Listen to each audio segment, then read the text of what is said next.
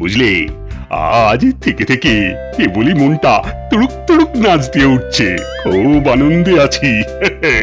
আমার একটা পোশাক আসবে, লাল রঙের ওপর মুক্ত আর সোনার কাজ।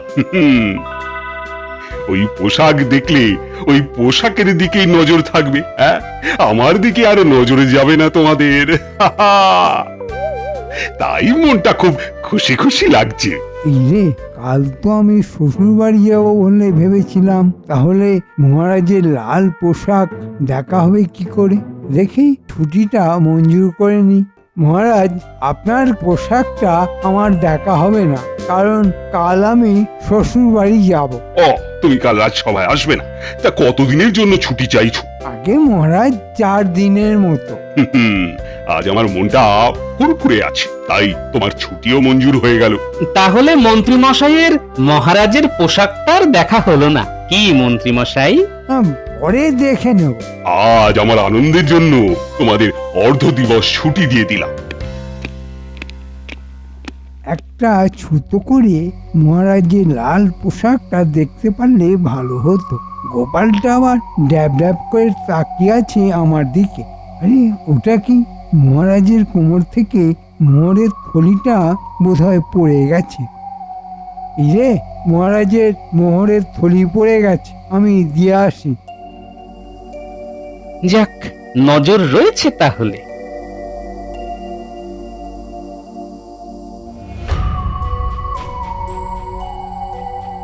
মহারাজকে তো দেখছি না, কোথায় গেলেন? বিছানার ওপর লাল পোশাকটা পরে আছে। বাহ, খুব সুন্দর পোশাক। না, এই পোশাকটা ফেলে গেলেই চলবে না। আমি যে এখানে এসেছি মহারাজের কেউ দেখেনি। এখন এটা আমার, আর তার সাথে পড়ে যাওয়া মোহরের থলিটাও আমার। এখন তার রক্ষীরা নেই। এই সুযোগে পোশাকটা নিয়ে মানে মানে কেটে পড়ি। আমার যাওয়া এবং আসা কেউ লক্ষ্য করেননি। আরে, এমন জামা আমার শ্বশুরমশাই আমাকে কোনো দিনও কিনে দেবে না। এসব তো রাজ পোশাক, আমার তো ফর্সা গায়ের রং, তাই এই লাল পোশাক আমাকে ভালোই মানাবে। ওই দেখ, ওই দেখ, মন্ত্রীমশাই নিজের মনে কথা বলতে বলতে যাচ্ছে। আবার মুচকি মুচকি হাসছে। কি হলো বলতো পুটি? মন্ত্রী মশাই কি পাগল হয়ে গেলেন? হাতে কি যেন জড়ানো, বুকে চেপে ধরছে মাঝে মাঝে। ও মন্ত্রীমশাই, আপনি নিজের মনে মনে কি বলছেন? এই রে, গোপালের বিচ্ছু ছেলে মেয়েগুলো। আমি নিজের মনে কি বলছি সেটা তোদের শোনাতে যাব কেন রে বিচ্ছু কোথাকার? তোরা যে কাজে যাচ্ছিস যা না, যত সব। কি হলো বলতো? মন্ত্রীমশাই রেগে গেলেন কেন? মন্ত্রী মশাই কি পাগল হয়ে গেলেন? পাগল হলে না, মাঝে মাঝে মানুষ হাসে, আবার মাঝে মাঝে রেগেও যায়। চল চল আমরা খেলি। হ্যাঁ, চল।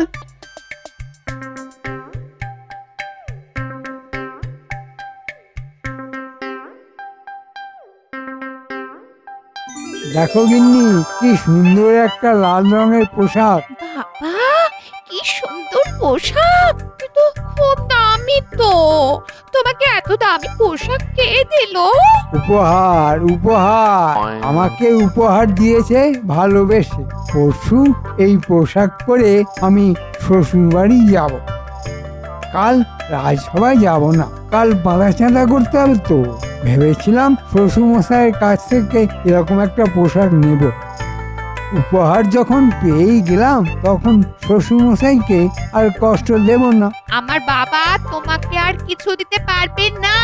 এই বছর যাবে আর কিছু ভাগ্যে নিয়ে আসবে। নিজে তো হাতে করে একটা বট ফলও নিয়ে যাও না। কিপটে কোথাকার! এই কিপটে বলবেন না মোটে, আমি কিপটে নই। আমিও অপচয় একদম পছন্দ করি না। তুমি আমাকে যা খুশি বলতে পারো। বাবা যে বিয়ের সময় কেন খোঁজ খবর নেয়নি জানি না। আর মাস চালিয়ে খেলো। তুমি তোমার লাল পোশাক নিয়েই থাকো, আমি চললাম, আমার অনেক কাজ আছে।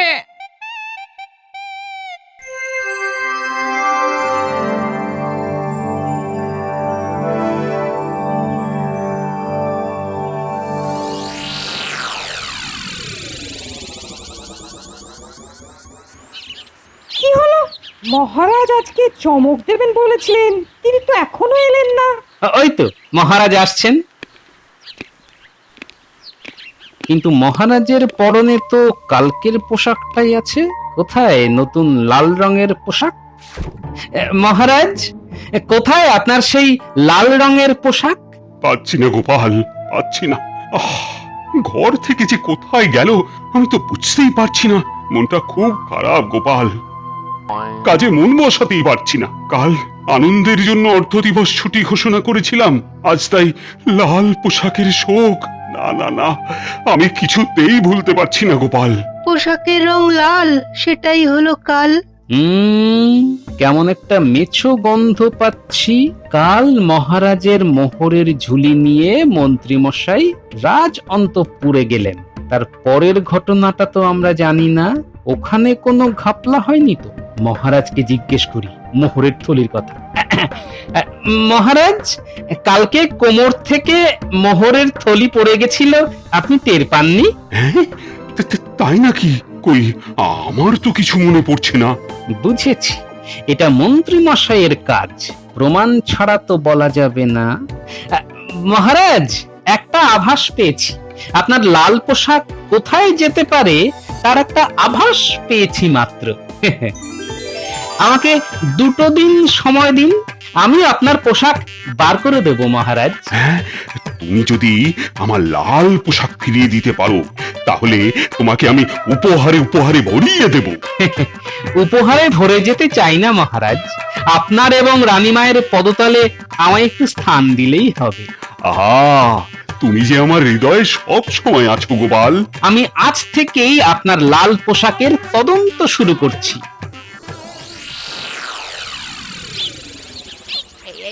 এই এক লাল পোশাক হয়েছে। নতুন পোশাক একটু কেচে নিলে কত ভালো হয়। আজ খুব ভালো রোদ উঠেছে, কেচে ছাদে মেলে দিলে জীবাণুগুলো আর থাকবে না। যাই যাই যাই যাই যাই, কাজটা করে ফেলি।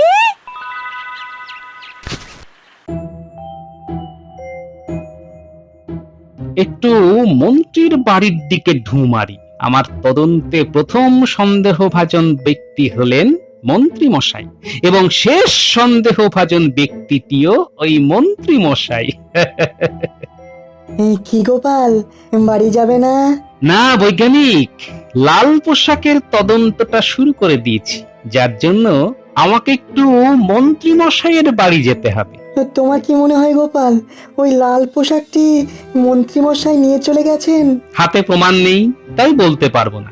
শুধু একটা কথাই বলতে পারি বৈজ্ঞানিক, সম্ভবত কাল একটা ছোট্ট ঘটনা ঘটেছে, সেইটাকে সূত্র ধরে মন্ত্রী মশাইয়ের বাড়ির কাছে যাব। হ্যাঁ, তোমার তদন্ত যেন সাফল্য পায়। ওটা সময়ের অপেক্ষা বৈজ্ঞানিক, চলি।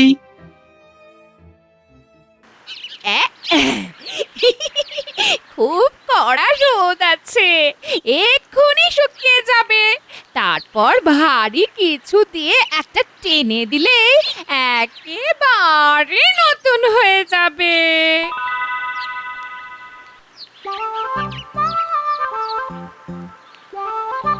কিরে, কি করছিস? খেলছি গোপাল দাদু। তুমি কোথায় যাচ্ছ গোপাল দাদু?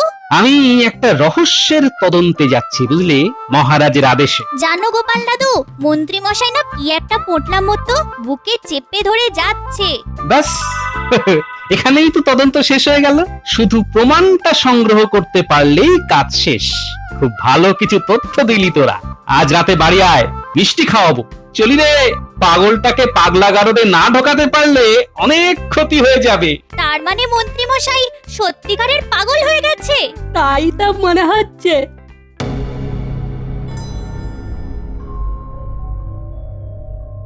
প্রমাণ তো হাতে এসে গেছে। ওই লাল রঙের পোশাক তো কখনো মন্ত্রী মশাইয়ের ঘরে দেখিনি। এ নিশ্চয়ই সেই মহারাজের লাল পোশাক। এইবার লাল পোশাকটি হস্তগত করতে হবে। যা করতে হবে আজকের মধ্যে। না, বাড়ি যাই, মাথা ঠান্ডা করে ভাবতে হবে।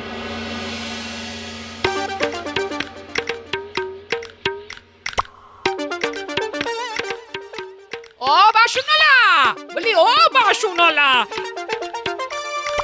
এই পুরনো ফতুয়াগুলোর বদলে আমাকে ওই হাঁড়িটা দাও। হ্যাঁ, এই বড় হাঁড়িটা তো হবে না মা, আরো দুটো দিলে তবে এই হাঁড়িটা পাওয়া যাবে। একে গিন্নি, তুমি দেখি পুরনো ফতুয়ার দোকান দিয়েছো। তোমার পুরনো ছেঁড়া ফাটা ফতুয়াগুলো দিয়ে না এই হাঁড়িটা নেবো। হ্যাঁ, হ্যাঁ গো বাসনওয়ালা, তোমার ঝোলায় লাল রঙের কোনো পোশাক আছে?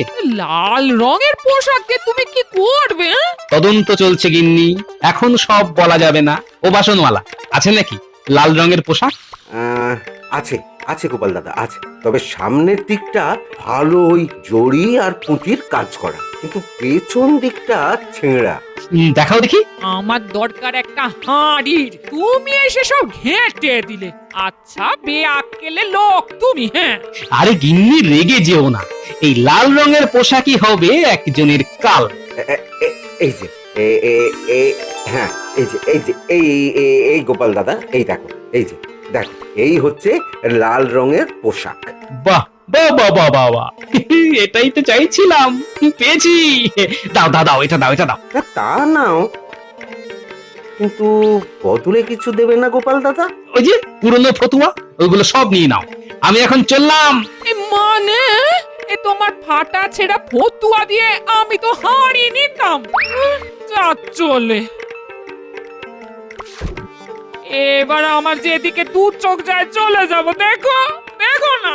তাহলে আমি আসি গিন্নিমা। হ্যাঁ, যাও যাও, তুমিও যাও, তোমার দু চোখ যেদিকে যায় চলে যাও।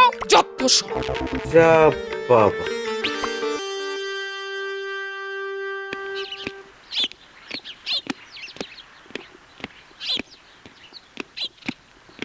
আমার লাল পোশাকটা কোথায় গিন্নি? কোথায় আবার? একটু কেচে ছাদে মেলে দিয়েছি। এই জন্যেই বলে সব সমস্যার আসল জট মেয়ে। তোমার কি আক্কেল বিবেচনা নেই? কি অন্যায় করেছি যে এমন ভাবে আমায় মুখ করছো? সেটা যদি বুঝতে তাহলে আমার লাল পোশাক নিয়ে এত টানাটানি করার ইচ্ছে হতো না। যাও, ছাদ থেকে নিয়ে এসো, আর দয়া করে আমার লাল পোশাককে ছেড়ে দাও। কান খুলে শুনে রাখো, তোমার ওই লাল পোশাক আমি আর হাত দিয়ে ধরবো না। ছাদ থেকে তুমি নিয়ে এসো, ব্যাস। আরেকটা কথা শুনে রাখো, তোমার সাথে কাল আমি বাপের বাড়ি যাব না। রাগ দেখানো হচ্ছে, এর মধ্যে আবার সর্বনাশ হয়ে গেল কিনা কি জান। মনে হয় হয়নি। গোপালের চোখে যদি পড়ে যেত তাহলে এতক্ষণে হয়তো গোপাল চলে আসতো। যাই, আগে ছাদে গিয়ে লাল পোশাকটা নিয়ে আসি। এই লাল পোশাকটা রাখতে হবে আর মহারাজেরটা নিয়ে আসতে হবে। দেখি ভগবানের কি ইচ্ছা।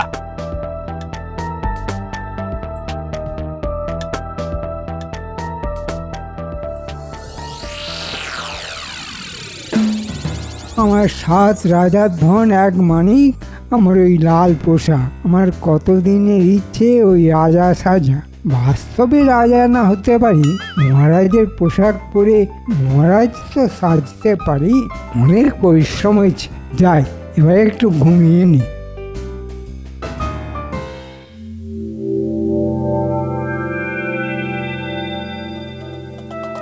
না, মন্ত্রী মশাইয়ের ছাদে লাল পোশাকটা নেই, তার মানে ঘরে আছে। উরি বাবা, ওই তো লাল পোশাকটা রাখা আছে। মন্ত্রী মশাই ঘুমাচ্ছেন, পোশাকটা আমার হাতের নাগালের মধ্যেই আছে। এই হাত বাড়িয়ে মহারাজের লাল পোশাকটা নিই, এই ছেঁড়া লাল পোশাকটা মন্ত্রী মশাইয়ের পাশে রেখে দিই, ব্যাস।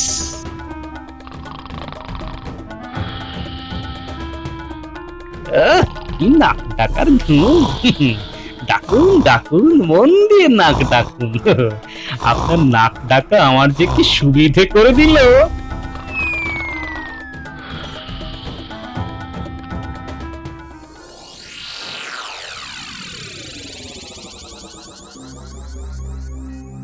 খুব কষ্ট হচ্ছে রানী, আমার নাকের ডগা থেকে আমার প্রিয় পোশাকটা কেউ নিয়ে চলে গেল, আর আমি জানতেও পারলাম না।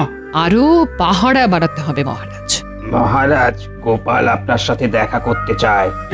এই অসময়ে গোপাল? হ্যাঁ হ্যাঁ, নিয়ে এসো নিয়ে এসো। যথাজ্ঞা মহারাজ। আমার মন বলছে গোপাল আপনার লাল পোশাক নিয়ে আসছে মহারাজ। বলছো রানী, আমার বড্ড প্রিয় পোশাক।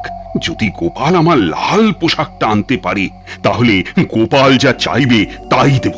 আমার তো একটাই চাওয়া মহারাজ, আপনার আর রানীমার পায়ের ধুলো থেকে যেন কোনোদিন বঞ্চিত না হই। এই নিন মহারাজ আপনার লাল পোশাক। বাবা বাবা বাবা, অতি সুন্দর। তুমি তো অসাধ্য সাধন করেছো গোপাল। এই কোথা থেকে পেলে তুমি? কে কে পোশাক চোর? আর কে হতে পারে বলুন তো, আন্দাজ করুন দেখি মহারাজ। তোমার মুখ দেখে তো আমার একজনের কথাই মনে পড়ছে, ওই বেটা মন্ত্রীর মুখ। কি যথার্থই বলেছেন মহারাজ। মন্ত্রী মশাই সেদিন আপনার কোমর থেকে পড়ে যাওয়া মোহরের থলি আমার চোখের সামনে থেকে তুলে অন্তঃপুরের দিকে গেছেন, আমাকে শুনিয়ে বলেছেন, মহারাজের মোহরের থলি পড়ে গেছে, আমি দিয়ে আসি। এবার বুঝলেন তো মহারাজ, ঘরে যদি চোর থাকে তাহলে চোর ধরবেন কি করে? কাল মন্ত্রীকে এমন শাস্তি দেব যে সবাই বুঝবে মহারাজ কৃষ্ণচন্দ্র রায় কোমলে কোমল আর কঠোরে কঠোর। মহারাজ, কাল সকালে মন্ত্রী মশাইয়ের বাড়ির সামনে আমি আপনি লুকিয়ে থাকবো, দেখবেন কাল মন্ত্রী মশাইয়ের মজাটা দেখবেন। কিরকম অপদস্থ হয় লোকের কাছে। না, শুধু অপদস্থ দেখে লাভ নেই, কঠিন এবং কঠোর শাস্তি দিতে হবে।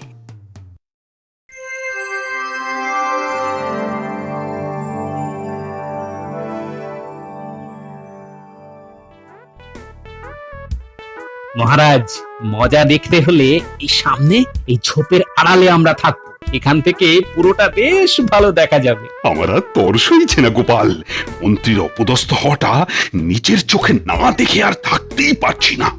ওই দেখুন মন্ত্রী মশাই বের হচ্ছেন। আরে অবিকল আমার ওই লাল পোশাকটার মতো, এটার জোগাড় করলে কি করে গোপাল? মহারাজ, যে খায় চিনি তারে যোগান চিন্তামণি। এইবার চুপ করে রগর দেখুন, আমার বানর সেনা একেবারে প্রস্তুত আছে। ঘুম চোখে এই প্রথম শ্বশুর বাড়ি যাচ্ছি, এখনো ঘুমের রেশ কাটেনি। এই ঘুমিয়ে শ্বশুর বাড়ি পৌঁছে যাব। গিন্নি আবার আমার সঙ্গে যাবেন, ভালো, আমি একাই যাব। এই লাল জামা পরে সবাইকে দেখাতে দেখাতে যাব। গোপাল, মন্ত্রীর পোশাকের পিছন দিকটা তো ফাটা, পরবার সময় নজরে পড়েনি। কাল তো সারাদিন ঘুমালাম, তবু ঘুম যাচ্ছে না রে বাবা। ওই সর্বনেশে ঘুমই আপনার কাল হয়েছে, এইবার শুরু হলো মজা। এই তোরা আয়, মন্ত্রী মশাই যায়। ফাটা পোশাক, হায় আমাদের মাথা কাটা যায়। এই বিচ্ছুগুলো আবার আমার রাস্তা কাটছে। এই কি বলছিস রে তোরা? আপনার পোশাক ফাটা। কি মজা, কি মজা, ফাটা পোশাকে লাগছে মন্ত্রী রাজা। কি ভুলভাল বলছিস? এরকম লাল পোশাক কোনোদিন দেখেছিস? না, সত্যি মন্ত্রী মশাই, এইরকম ফাটা পোশাকে কোনো দিন দেখিনি আপনাকে। এতক্ষণে অনেকটা দূর চলে গেছে, আমি এখন থেকে ওর সাথে কোথাও কোথাও যাব না, কোথাও না। ওই যে মহারাজ, গিন্নিমাও চলেছেন। দেখুক দেখুক, স্বামীর কীর্তিটা দেখুক একবার। এইবার জমবে মজা। আমাদের যেতে হবে মন্ত্রী গিন্নির পেছন পেছন।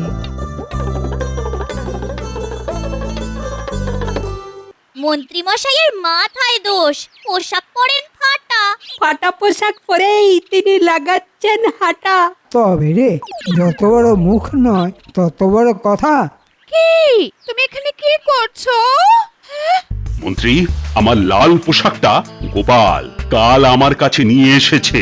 মানে তোমার এত বড় আস্পর্ধা, তুমি মহারাজের পোশাক চুরি করো?